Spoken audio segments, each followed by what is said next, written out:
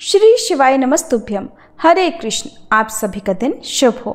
प्रिय श्रोताओं, आज सावन मास की कथा श्रृंखला का 11वां दिन है और ये दिन है सोमवार, भगवान भोलेनाथ को विशेष रूप से समर्पित दिन। और आज तो और भी दुर्लभ संयोग है क्योंकि सावन मास के कृष्ण पक्ष की कामिका एकादशी भी है। इस पावन अवसर पर हम नमन करते हैं महादेव के अत्यंत कृपालु चंद्रशेखर रूप को, जिनके मस्तक पर विराजमान चंद्रमा शीतलता, संयम और ब्रह्म ज्ञान का प्रतीक है।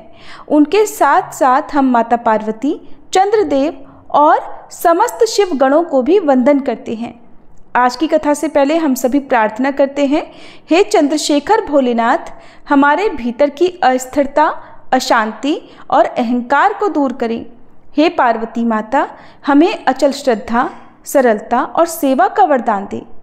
हे सोमदेव, हमारी बुद्धि को शीतलता, मन को स्थिरता और वाणी को मधुरता प्रदान करें। यदि किसी भी व्रत, पूजन या कथा श्रवण में हमसे कोई त्रुटि हो गई हो तो उसे कृपया क्षमा करें और अपने चरणों में स्थान दें। आज का ये सोमवार सावन मास के बीचों बीच वो शुभ दिन है जब शिव भक्ति अपने चरम पर होती है। ये दिन मन, वचन और कर्म से स्वयं को भगवान शिव के चरणों में अर्पित करने का है। सभी प्रेम से बोलिए, चंद्रशेखर भगवान की जय, माता पार्वती की जय। आज की कथा से पहले जान लेते हैं आज के पंचांग के बारे में। आज दिनांक है 21 जुलाई और दिन है सोमवार और आज सावन मास के कृष्ण पक्ष की एकादशी तिथि सुबह 9:38 तक रहेगी। बाद में द्वादशी तिथि प्रारंभ हो जाएगी। आज ब्रह्म मुहूर्त सुबह 4:20 से 5:08 तक रहेगा और सूर्योदय का समय होगा सुबह 5:56, सूर्यास्त शाम 7:09 पर होगा। इसके अलावा आज रोहिणी नक्षत्र रात 9:07 तक रहेगा। बाद में मृगशिरा नक्षत्र प्रारंभ हो जाएगा। वृद्धि योग शाम 6:39 तक और बाद में ध्रुव योग प्रारंभ हो जाएगा।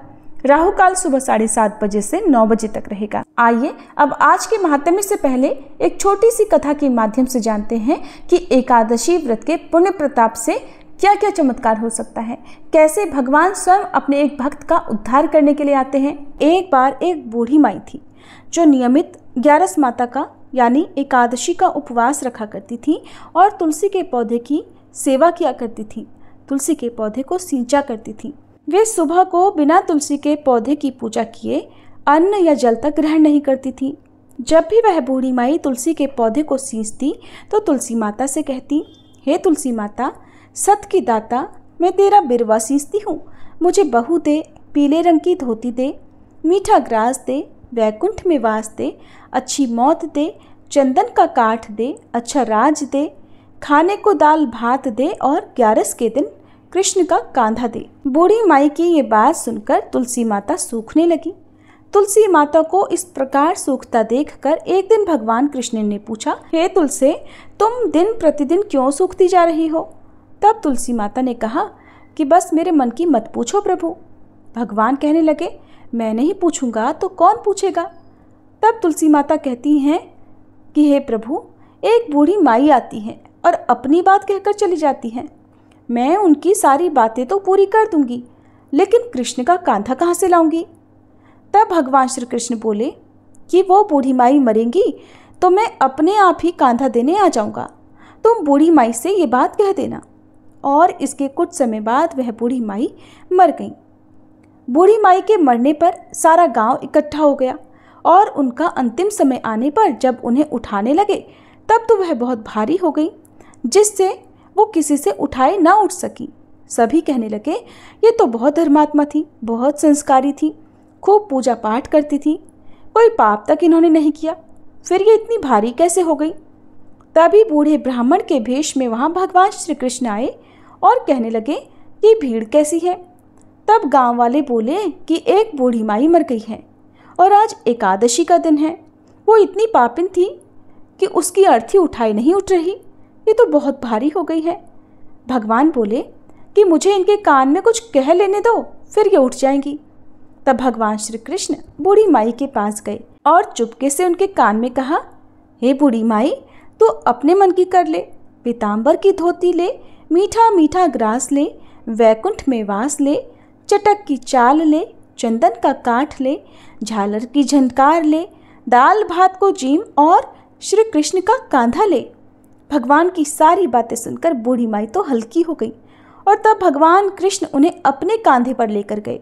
इस प्रकार बूढ़ी माई को मुक्ति मिल गई और वह वैकुंठ लोक को चली गई। हे तुलसी माते, जैसे आपने उन बूढ़ी माई को मुक्ति दी, ऐसे ही सभी को मुक्ति देना। जैसे भगवान कृष्ण ने उन्हें कांधा दिया, वैसा ही हम सबको भी देना। प्रेम से बोलिए श्री कृष्ण भगवान की जय, तुलसी माता की जय। अब सुनिए आज का अध्याय।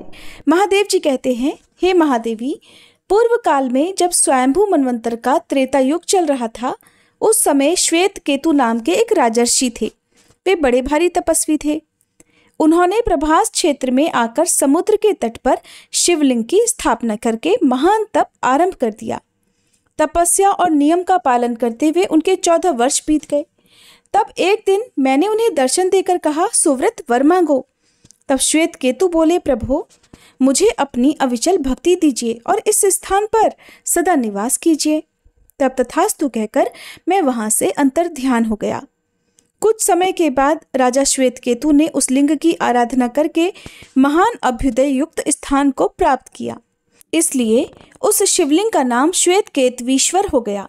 इसके बाद कलयुग आने पर पवनपुत्र भीमसेन अपने भाइयों के साथ तीर्थ यात्रा के प्रसंग से प्रभास क्षेत्र में आए। वहां उन्होंने रात्रि में जागरण करके समुद्र के समीप श्वेत केतवीश्वर लिंग का पूजन किया। तब से उसका नाम भीमेश्वर लिंग पड़ गया। श्वेत केतवीश्वर लिंग का एक बार दर्शन मात्र कर लेने से अन्य जन्मों के किए हुए तथा इस जन्म के भी बहुत से पाप तुरंत ही नष्ट हो जाते हैं। भीमेश्वर से पूर्व और सोमनाथ से अग्निकोण में सरस्वती द्वारा स्थापित महाप्रभावशाली रवेश्वर लिंग है। मनुष्य को चाहिए कि वह सरस्वती देवी तथा भैरवेश्वर लिंग का विधिवत पूजन करे।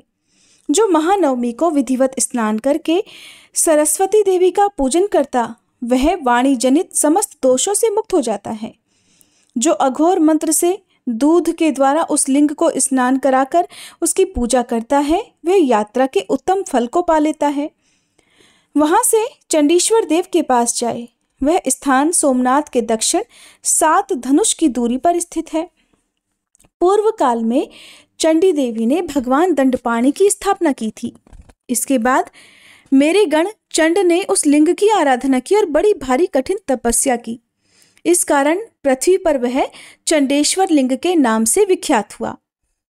चंडेश्वर को दूध, दही, मधु, घी और ईख के रस से स्नान कराए और उनके श्री अंग में कुमकुम का लेप करे। फिर कपूर, खस और कस्तूरी मिलाया हुआ सुगंधित चंदन लगाए। इसके बाद फूलों से उनका पूजन करे। इसके बाद धूप और अगरू निवेदित करके अपने वैभव के अनुसार वस्त्रों से पूजन करे।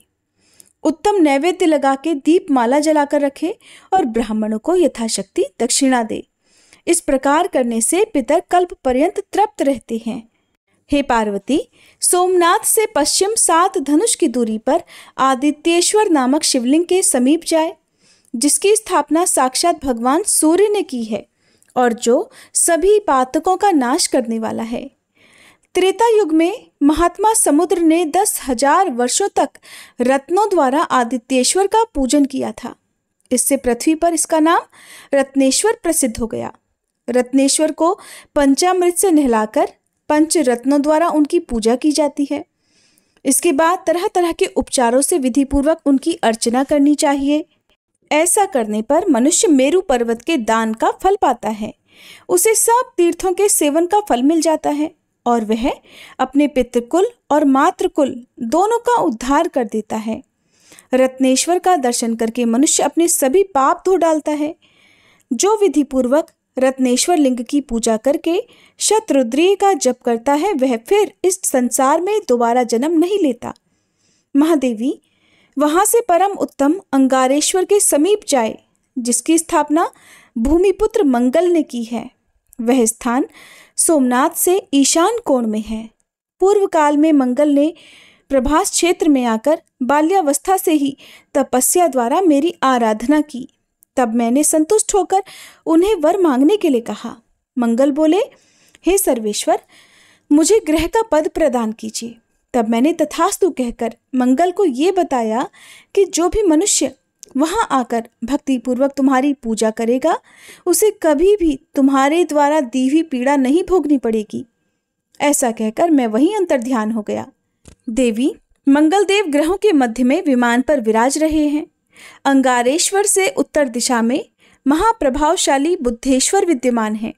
उनका स्थान वहां से अधिक दूरी नहीं, 2 ही धनुष के अंतर पर है। वे दर्शन मात्र से ही सब पाप हर लेते हैं। हे देवेश्वरी, बुद्ध ने पूर्व काल में वहां बड़ी भारी तपस्या की और निर्मल शिवलिंग स्थापित किया। इससे संतुष्ट होकर मैंने बुद्ध को भी ग्रहत्व प्रदान किया है। बुधवार और अष्टमी के योग में बुद्ध द्वारा स्थापित शिवलिंग की विधिवत पूजा करके मनुष्य राजसूय यज्ञ का फल पा लेता है। बुद्धेश्वर के प्रसाद से उसके कुल में दुख और दुर्भाग्य प्रवेश नहीं करते। उमा मंदिर के पूर्व भाग में सिद्धेश्वर से आग्नेय कोण में बृहस्पति द्वारा स्थापित महालिंग है और बृहस्पति जी ने भक्ति भाव से उसकी आराधना करके मुझ देवेश्वर शिव को संतुष्ट किया। इससे उन्होंने संपूर्ण मनोवांछित फल प्राप्त कर लिए। मुझसे ज्ञान पाकर वे देवताओं के पूजनीय गुरु हो गए और ग्रह के पद पर प्रतिष्ठित होकर इस समय स्वर्गलोक में आनंद भोगते हैं। बृहस्पतिश्वर का भक्तिभाव से दर्शन करके मनुष्य कभी दुर्गति में नहीं पड़ता। उसे बृहस्पति की ओर से पीड़ा नहीं मिलती। शुक्ल पक्ष की चतुर्दशी तथा गुरुवार के योग में पंचोपचार से विधि पूर्वक उक्त लिंग की पूजा करके मनुष्य परम पद को प्राप्त कर लेता है। फिर विभूतिश्वर से पश्चिम थोड़ी ही दूरी पर शुक्राचार्य के द्वारा स्थापित शिवलिंग है, जहां शुक्र ने शुक्रेश्वर शिव के प्रभाव से मृत संजीवनी विद्या प्राप्त की थी। जो मनुष्य स्थिर चित्त होकर उस शिवलिंग की आराधना करता है और 1,00,000 मृत्युंजय मंत्र को जपता है, वह अपने सभी मनोरथों को प्राप्त कर लेता है। शुक्रेश्वर का दर्शन और स्पर्श करके मनुष्य जन्म से लेकर मृत्यु तक के सभी पातकों से मुक्त हो जाता है। सुगंधित पुष्पों द्वारा उनकी पूजा करने से शुक्र की पीड़ा नहीं मिलती। बुद्धेश्वर से पश्चिम और अजादेवी से अग्निकोण में समीप ही 5 धनुष की दूरी पर शनिश्चरेश्वर का स्थान है। छायानंदन शनिश्चर ने अत्यंत कठिन तपस्या करके उस लिंग में मुझ अनादि अनंत शिव को उतारा है। उन्होंने भक्ति तथा मेरे प्रसाद से ही ग्रह का पद प्राप्त किया है।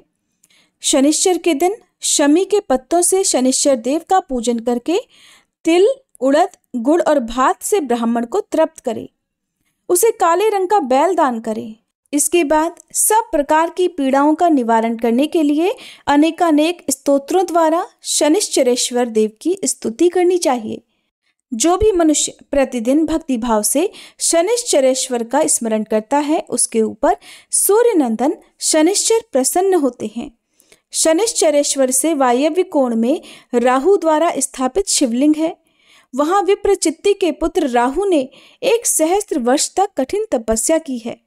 जो उनके द्वारा स्थापित शिव का भक्ति पूर्वक पूजन और दर्शन करता है, उसका पाप नष्ट हो जाता है। राहीश्वर से उत्तर और अंगारेश्वर से दक्षिण एक ही धनुष के अंतर पर महाप्रकाशमय केतुलिंग है। वह सब पापों का नाश करने वाला है। केतु ने मुझ शिव के प्रति भक्ति रखकर देवताओं के मान से 100 वर्षों तक वहां उग्र तपस्या की थी। इससे संतुष्ट होकर मैंने उन्हें ग्रहत्व प्रदान किया। भयंकर ग्रह पीड़ा होने पर पुष्प, गंध, धूप तथा तरह तरह के शुभ नैवेद्यों द्वारा केतवीश्वर की पूजा करके उन्हें प्रसन्न करना चाहिए। इससे सब पीड़ा शांत हो जाती है। जो पूर्वोक्त 14 देव स्थानों को भक्ति भाव से जानता है, वह क्षेत्र के फल का भागी हो जाता है। सावन मास महात्म्य की कथा में बस इतना ही। अब रसपान कीजिए भगवान शिव के 12 दिव्य ज्योतिर्लिंगों में से एक मल्लिकार्जुन ज्योतिर्लिंग की कथा का। मल्लिकार्जुन ज्योतिर्लिंग एकमात्र ऐसा ज्योतिर्लिंग है जहां पर भगवान शिव और मां पार्वती एक साथ विराजमान है, जिस कारण इसे दक्षिण का कैलाश भी कहा जाता है, क्योंकि कैलाश पर्वत पर भगवान शिव और मां पार्वती एक साथ ही विराजमान होते हैं। पौराणिक मान्यताओं के अनुसार श्री शैलम पर्वत पर भगवान शिव और मां पार्वती जी की पूजा करने से अश्वमेध यज्ञ के बराबर फल की प्राप्ति होती है। इस ज्योतिर्लिंग के पास ही देवी जगदम्बा का मंदिर भी है, जिसकी बहुत मान्यता है। कहते हैं कि यहाँ पर आने वाला भक्त कभी भी खाली हाथ नहीं जाता। इस ज्योतिर्लिंग के बारे में पौराणिक मान्यता ये है कि भगवान शिव के दोनों पुत्र यानी कि भगवान गणेश और भगवान कार्तिकेय के बीच पहले विवाह होने को लेकर विवाद हुआ था, जिसके फलस्वरूप मल्लिकार्जुन ज्योतिर्लिंग का निर्माण हुआ। वैसे मल्लिकार्जुन ज्योतिर्लिंग के विषय में दो पौराणिक कथाएं प्रचलित हैं, जिसमें से आज आप दोनों ही कथाओं का रसपान करेंगे। पहली पौराणिक कथा के अनुसार जब गणेश जी और कार्तिकेय जी विवाह के लिए झगड़ा करने लगे, तब भगवान शिव ने उनसे कहा कि जो पहले इस पृथ्वी का चक्कर लगाकर आएगा उसी का विवाह पहले करवा दिया जाएगा। माता पिता की आज्ञा लेकर कार्तिकेय जी तो तुरंत उसी क्षण अपने वाहन मयूर पर सवार होकर पृथ्वी की परिक्रमा करने के लिए चल दिए। लेकिन गणेश जी का वाहन मूषक था, ऊपर से गणेश जी भी मोटे थे, तो ऐसे में जब तक वो पृथ्वी का चक्कर लगाकर आते तब तक तो बहुत देर हो जाती। इस पर गणेश जी को कहते हैं कि बुद्धिमान भी बहुत है, उन्हें बुद्धि प्रदाता भी कहा जाता है। तो गणेश जी ने अपने माता पिता की ही 7 बार परिक्रमा कर ली। तब गणेश जी का विवाह रिद्धि और सिद्धि के साथ करा दिया गया। उधर जब कार्तिकेय जी पूरी पृथ्वी का चक्कर लगाने के बाद वापस आए तो उन्होंने देखा कि गणेश जी का विवाह तो पहले ही हो गया है, जिस पर वो भगवान शिव और देवी पार्वती से नाराज हो गए। नाराज होने के बाद कार्तिकेय जी क्रौंच पर्वत पर आ गए। सभी देवताओं ने कार्तिकेय जी को वापस लौटने का बहुत आग्रह किया, लेकिन वो नहीं माने। तब माता पार्वती और भगवान शिव को अपने पुत्र का वियोग होने लगा, जिससे वे दुखी हो गए। ऐसे में एक दिन जब भगवान शिव और माता पार्वती से नहीं रहा गया तो वे दोनों स्वयं ही अपने पुत्र से मिलने के लिए क्रौंच पर्वत पर आ गए। लेकिन कार्तिकेय जी ने अपने माता पिता को आता हुआ देखा तो और दूर चले गए। अंत में अपने पुत्र के दर्शन की लालसा से भगवान शिव ज्योति रूप धारण कर उसी पर्वत पर विराजमान हो गए। कहा जाता है कि उसी दिन से यह शिवलिंग मल्लिकार्जुन ज्योतिर्लिंग के नाम से जाना जाने लगा। मल्लिकार्जुन ज्योतिर्लिंग आंध्र प्रदेश के कृष्णा जिले में कृष्णा नदी के तट के पास श्री शैल पर्वत पर स्थित है और इसी को दक्षिण का कैलाश भी कहा जाता है। दूसरी पौराणिक मान्यता के अनुसार इसी पर्वत के पास चंद्रगुप्त नामक एक राजा की राजधानी थी। एक बार राजा की कन्या किसी विशेष विपत्ति से बचने के लिए अपने माता पिता के महल से भागकर इस पर्वत पर चली गई। वहां जाकर वो वहीं के ग्वालों के साथ कंदमूल और दूध आदि से अपना जीवन निर्वाह करने लगी। उसी राजकुमारी के पास एक श्यामा नाम की गाय थी, जिसका दूध हर दिन कोई दूह लेता था। एक दिन उसने चोर को दूध दूहते हुए देख लिया तो वो क्रोध में उसे मारने के लिए दौड़ी। जैसे ही वो गाय के निकट पहुंची तो वहां पर उसे शिवलिंग के अलावा कुछ भी नहीं मिला। बाद में शिव भक्त उस राजकुमारी ने उस जगह पर एक भव्य मंदिर का निर्माण कराया। तब से भगवान मल्लिकार्जुन वहीं पर प्रतिष्ठित हो गए। हमारे धार्मिक ग्रंथों में मल्लिकार्जुन ज्योतिर्लिंग की कथा का गुणगान किया गया है। महाभारत के अनुसार श्री शैल पर्वत पर भगवान शिव और मां पार्वती का पूजन करने से जीवन की सारी बाधाएं दूर हो जाती हैं और सारे पापों का नाश हो जाता है, मनचाही इच्छा की पूर्ति होती है। इसलिए अपने जीवन काल में यदि संभव हो तो एक बार सभी 12 ज्योतिर्लिंगों के दर्शन अवश्य करने चाहिए। अब सुनिए ओंकारेश्वर ज्योतिर्लिंग की कथा। शिव महापुराण में ओंकारेश्वर ज्योतिर्लिंग की महिमा का विस्तार से वर्णन किया गया है। श्री ओंकारेश्वर और श्री ममलेश्वर के दर्शन का पुण्य बताते हुए नर्मदा स्नान के पावन फल का भी इसमें वर्णन किया गया है। हर मनुष्य को इस क्षेत्र की यात्रा और ओंकारेश्वर ज्योतिर्लिंग के दर्शन जीवन में एक बार अवश्य ही करने चाहिए। जय भोलेनाथ। आज के अध्याय में बस इतना ही। अब सुनिए शिव चालीसा पाठ। जय गणेश गिरिजा सुवन मंगल मूल सुजान, कहत अयोध्या दास तुम देहु अभय वरदान।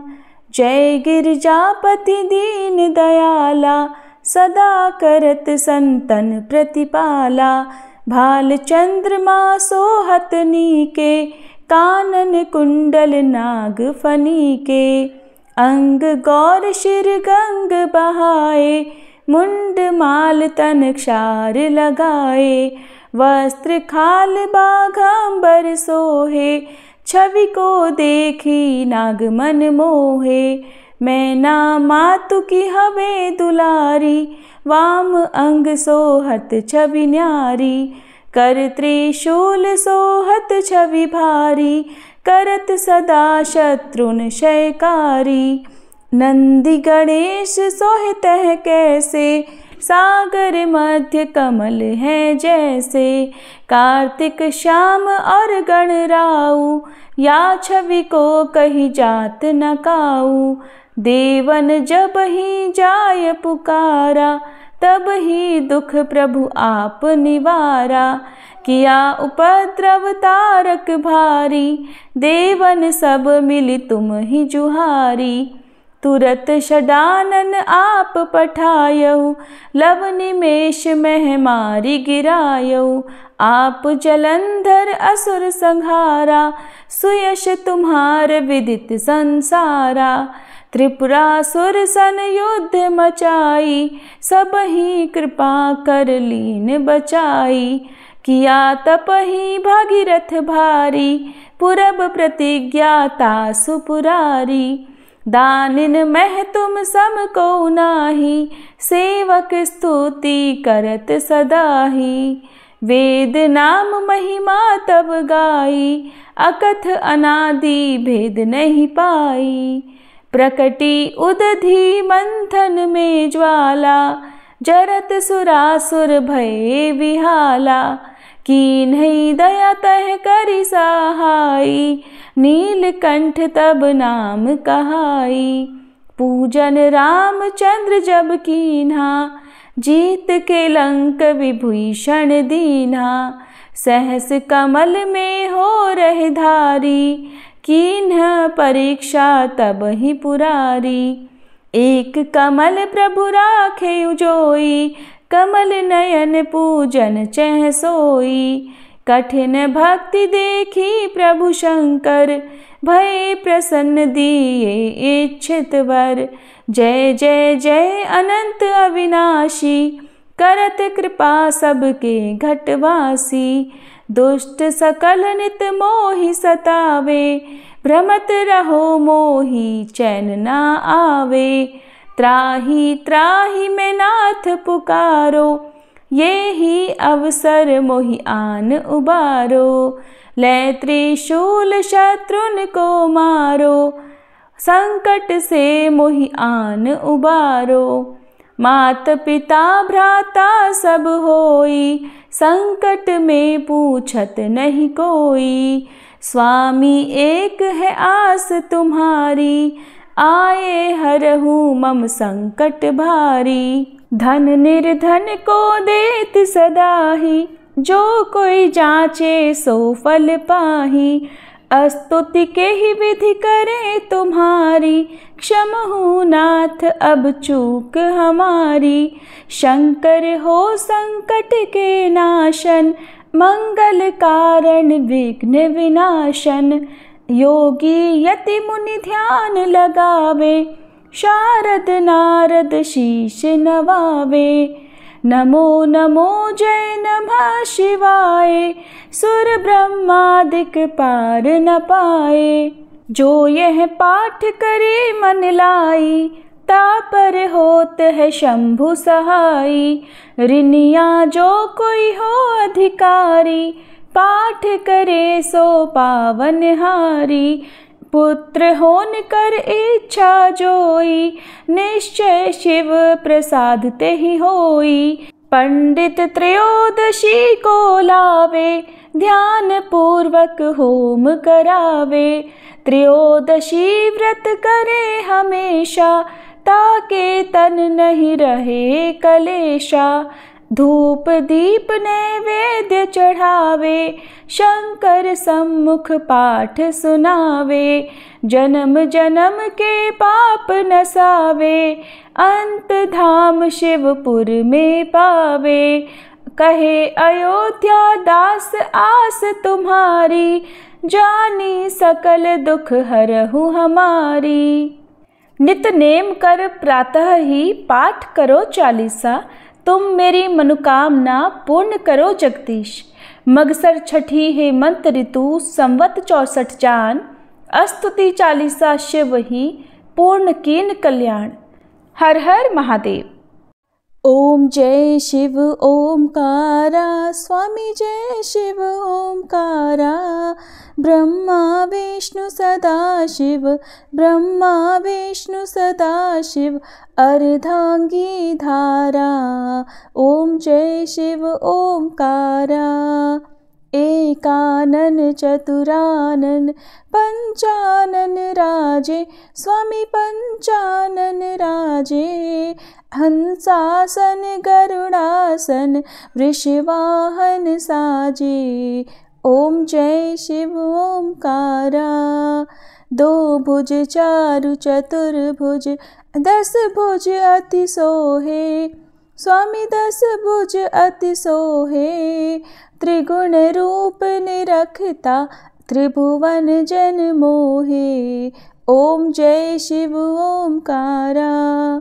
अक्षमाला वनमाला मुंडमाला धारी, स्वामी मुंडमाला धारी। चंदन मृग मद सोहे, भाले शशिधारी। ओम जय शिव ओमकारा। श्वेतांबर पीतांबर बाघांबर अंगे, स्वामी बाघांबर अंगे। सनकादिक गरुड़ादिक भूतादिक संगे। ओम जय शिव ओमकारा। कर के मध्य कमंडल चक्र त्रिशूलधारी, स्वामी चक्र त्रिशूलधारी। सुखकारी दुखहारी जग पालनकारी। ओम जय शिव ओमकारा। ब्रह्मा विष्णु सदाशिव जानत अविवेका, स्वामी जानत अविवेका। प्रणवाक्षर में शोभित ये तीनों एका। ओम जय शिव ओमकारा। त्रिगुण स्वामी जी की आरती जो कोई नर गावे, स्वामी जो कोई नर गावे। कहत शिवानंद स्वामी, रटत भोलानंद स्वामी, सुख संपत्ति पावे। ओम जय शिव ओमकारा। ओम जय शिव ओमकारा, स्वामी जय शिव ओमकारा। ब्रह्मा विष्णु सदाशिव, अर्धांगी धारा। ओम जय शिव ओमकारा।